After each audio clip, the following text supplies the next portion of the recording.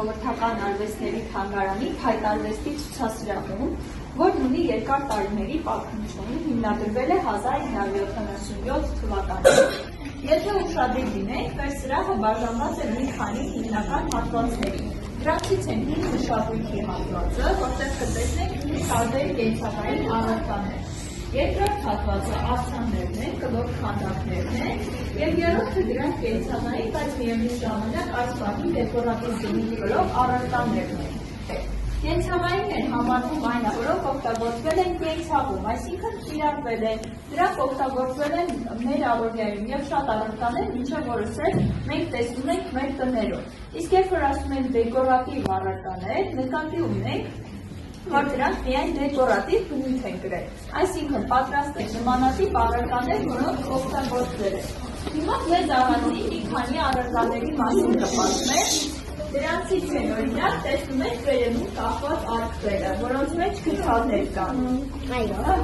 Այս առարկաները կոչվում են գդալնոցներ, և նախկինում սրանք կային գրեթե յուրաքանչյուրի տանը, և նման գդալնոցներ գրվում էին տան շեմի։ Այսինքն հյուր եկողը կարող է գդալների քանակից հասկանալ, թե որքան մարդ է ապրում այս տանը։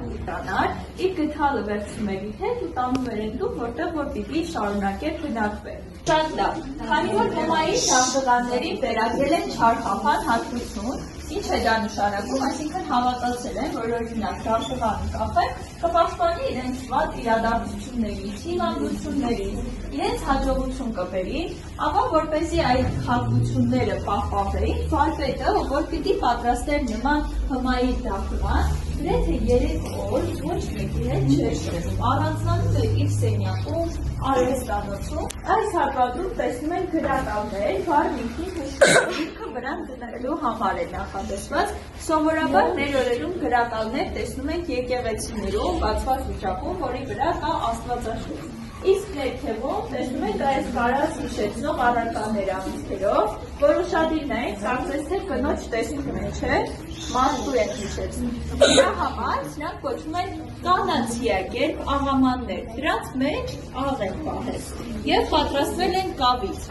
Քանի որ աղը խորհրդանշել է սերունդների շարունակականությունն ու մաքրությունը,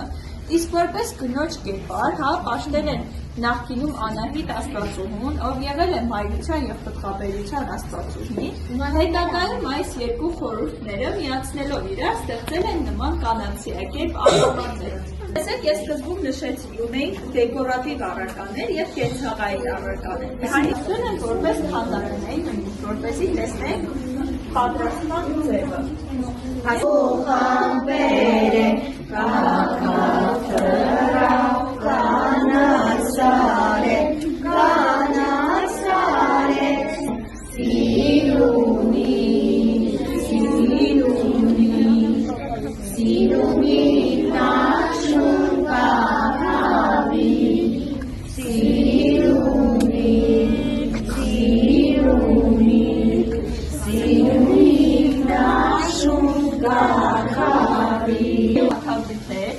Քանի որ, տեսեք, մեծ աղվեքն էին, չէ, զարդերը, զարդեր էին կրում, կանայք աղձատին, ոտիներ էին կրում, և դրանց համար բնականաբար պետք է պատրաստել զարդատուներ, որոնք հիմնականում պատրաստվում էին փայտից։ Ես եղեցի զարդանախշերով, դրանք հիմնականում լուսանկար զարդանախշերն էին, օրինակ այստեղ ունենք աղովի ոտը։ Նշանակում է դուք հոգու խորքից քո մտքերով խոսես, զրույց անես, զրույց ես ասացող։ Հիմա սկսեցինք,